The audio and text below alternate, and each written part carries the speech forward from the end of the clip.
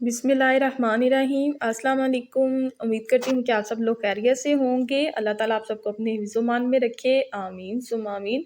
तो आज मैं आपके लिए बहुत ही ज़बरदस्त सी रेसिपी लेके आई हूँ जो कि इंशाल्लाह ताला बहुत ही ज़्यादा मज़ेदार बनेगी और इंशाल्लाह आपको बहुत ही ज़्यादा पसंद आएगी। तो बगैर कुछ मेहनत किए, बगैर आटा गूँदे आप ये फटाफट से बना सकते हैं। सिर्फ 10 मिनट लगते हैं इस रेसिपी को बनाने में। तो अब मैं फटाफट से इस रेसिपी को शुरू करती हूँ। जी, तो बहुत ही थोड़े सामान से ये रेसिपी बन के रेडी होती है। तो इसके लिए जो है मैंने एक बड़े साइज़ का आलू ले लिया था। आप 2 मीडियम साइज़ के आलू भी ले सकते हैं। तो इस तरह से इसको मैंने छोटे-छोटे क्यूब्स में काट लिया था। और इसके बाद जो है ये मैंने 1 कप बंद गोभी काट ली है और ये 2 अदद जो गाजरें थी इसको मोटा-मोटा कद्दूकस कर लिया है। और इसके बाद 1 अदद दरमियाने साइज़ की प्याज़ को चॉप कर लिया था और इसमें हाफ़ कप केचअप, नमक, काली मिर्च और कुटी हुई लाल मिर्च जाएगी। तो अब इसको करती हूँ स्टार्ट। जी, तो एक पैन ले लिया है और इसमें अब मैं शामिल करूँगी 2 से 3 टेबलस्पून ऑयल का। तो ऑयल इसमें इतना ज़्यादा इस्तेमाल नहीं होता, बस 2 से 3 टेबलस्पून ऑयल के काफ़ी हैं। और इसके बाद जो मैंने आलू काट के रखे थे वो शामिल कर दिए हैं और इन आलूओं को हमने फ्राई करना है बिल्कुल उसी तरह से जिस तरह से हम जो फ्रेंच फ्राइज़ को फ्राई करते हैं, बिल्कुल उस तरह से हमने इतने से ऑयल में जो है इसको दरमियानी आंच पे फ्राई कर लेना है। आंच को आपने तेज़ नहीं करना और ना ही हल्का रखना है, बिल्कुल दरमियानी आंच पे इन आलूओं को फ्राई कर लेना है।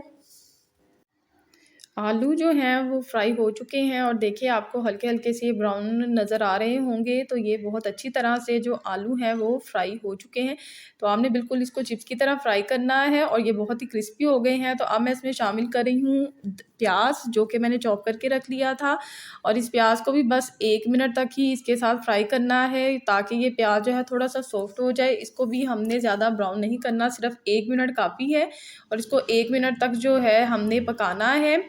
और 1 मिनट के बाद अब हम इसमें जो बाकी चीज़ें हैं वो शामिल करेंगे। तो प्याज़ को 1 मिनट हो चुका है और अब मैं इसमें शामिल कर रही हूँ गाजर, जो मैंने कद्दूकस की हुई थी। तो गाजर को भी हमने बस 1 मिनट तक ही फ्राई करना है। इन सब्जियों को पकाना नहीं है, बस हमने इसको हल्का-सा सौते करना है। तो ये जो गाजर है ये भी मैंने मिक्स कर ली है इसके अंदर और इसके बाद जो है मैं इसमें बाकी की चीज़ें ऐड करूँगी। तो जो गाजरें हैं वो बहुत अच्छी तरह से इसमें 1 मिनट हो चुका है इसको फ्राई करते हुए और अब मैं इसमें शामिल कर रही हूँ बंद गोभी और बंद गोभी को शामिल करने के बाद इसको भी बस 1 मिनट तक ही फ्राई करना है, यानी कि इसको सौते करना है 1 मिनट तक, ज़्यादा हमने इसको पकाना नहीं है।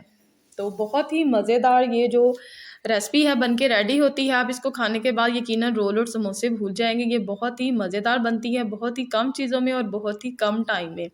और इसके बाद जो है मैं इसमें शामिल कर रही हूँ हाफ़ टी स्पून कुटी हुई काली मिर्च और इसके बाद कुटी हुई लाल मिर्च वो भी हाफ़ टी स्पून शामिल कर दी है और नमक इसमें जाएगा 1 टीस्पून। तो ये सारी चीज़ें जो हैं मसाले आप अपने ज़ायके के हिसाब से इसमें शामिल कर सकते हैं। तो इन मसालों को भी मैं इसमें अच्छी तरह से मिक्स कर दूँगी।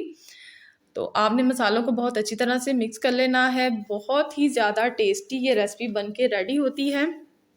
आपको इंशाल्लाह बहुत ही ज़्यादा पसंद आएगी।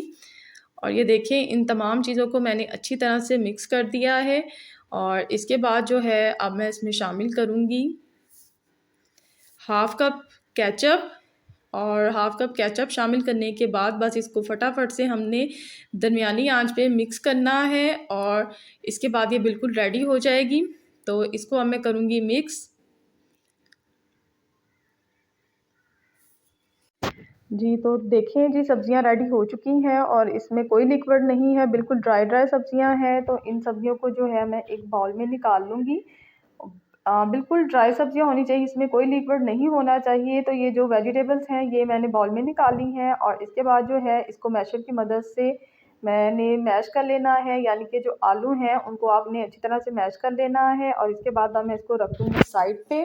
जी, तो अब इसका जो सेकंड स्टेप है वो स्टार्ट करते हैं। तो मैंने खाली बाउल लिया है जिसमें मैंने 2 अंडे शामिल कर दिए हैं और 2 अंडों को शामिल करने के बाद अब मैं इसमें शामिल कर रही हूँ 125 मिलीलीटर यानी कि 125 ml या 2 कप जो चाय वाले हैं वो दूध के मैंने शामिल कर दिए हैं और इसके साथ ही 1 टीस्पून नमक शामिल कर दिया है और इसके साथ ही से मैंने 2 टेबलस्पून जो ऑयल के वो शामिल कर दिए थे। तो वो मैं आपको बताना भूल गई थी, तो इसमें मैंने 2 चम्मच तेल के भी शामिल किए हैं।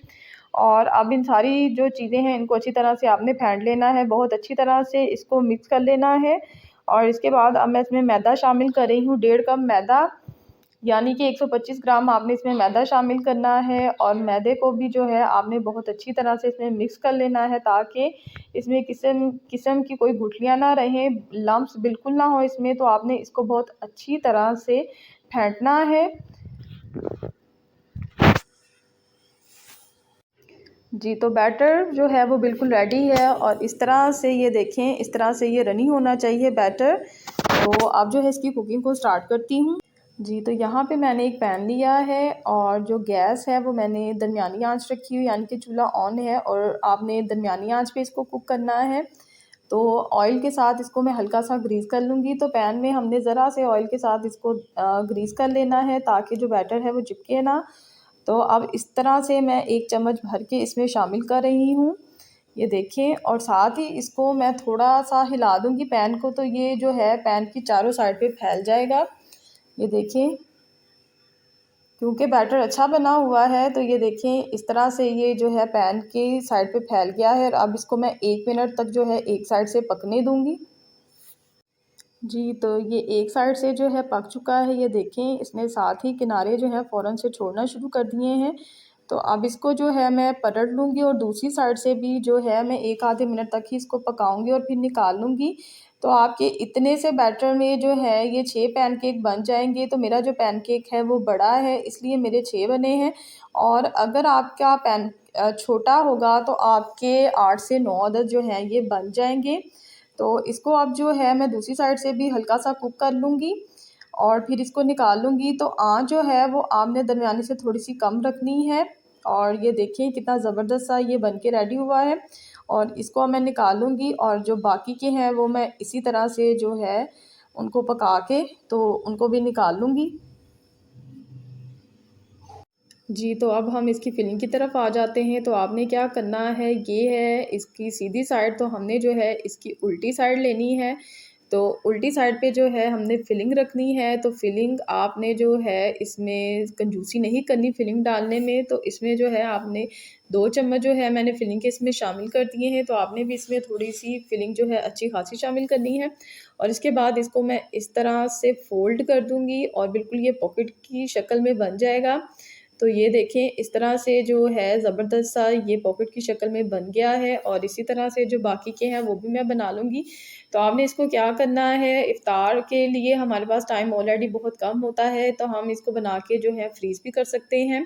तो हमने इस तरह से फिलिंग कर लेनी है और इस तरह से पॉकेट्स बना लेनी है। और इसके बाद जो है इनको हमने जो जिस डब्बे में भी आपने रखना है उसमें आप इसको रख दें, फ्रीज़ कर लें 1 हफ़्ते तक, तो ये आराम से चलेगा।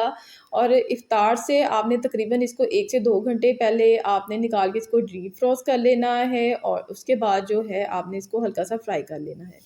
जी, तो अब क्या करना है, मैंने 2 से 3 टेबलस्पून जो ऑयल के वो ले लिए हैं और इसको अब जो है हल्का-सा 1 मिनट तक एक साइड से फ्राई कर लेना है। आँच जो है वो दरमियानी है कि ये हल्का-सा जो है एक क्रिस्पी हो जाए। तो अब इसकी जो साइड है वो मैंने चेंज कर दी है, दूसरी साइड से भी इसको 1 मिनट तक इसी तरह से कुक करना है और इसके बाद जो है इसको सर्व करना है। तो मैं इसी तरह से फ्राई कर लूँगी। जी, तो इफ़्तार में बनाएँ ये ज़बरदस्त सी मज़ेदार सी रेसिपी और सबके दिल जीत लें। तो उम्मीद करती हूँ कि आपको मेरी ये रेसिपी अच्छी लगी होगी। आपको मेरी ये रेसिपी कैसी लगी आपने मुझे कमेंट्स में ज़रूर बताना है। और इसके साथ मेरी वीडियो को लाइक करना है, शेयर करना है और अगर अभी तक मेरे चैनल को सब्सक्राइब नहीं किया है तो मेरे चैनल को सब्सक्राइब कर लीजिए।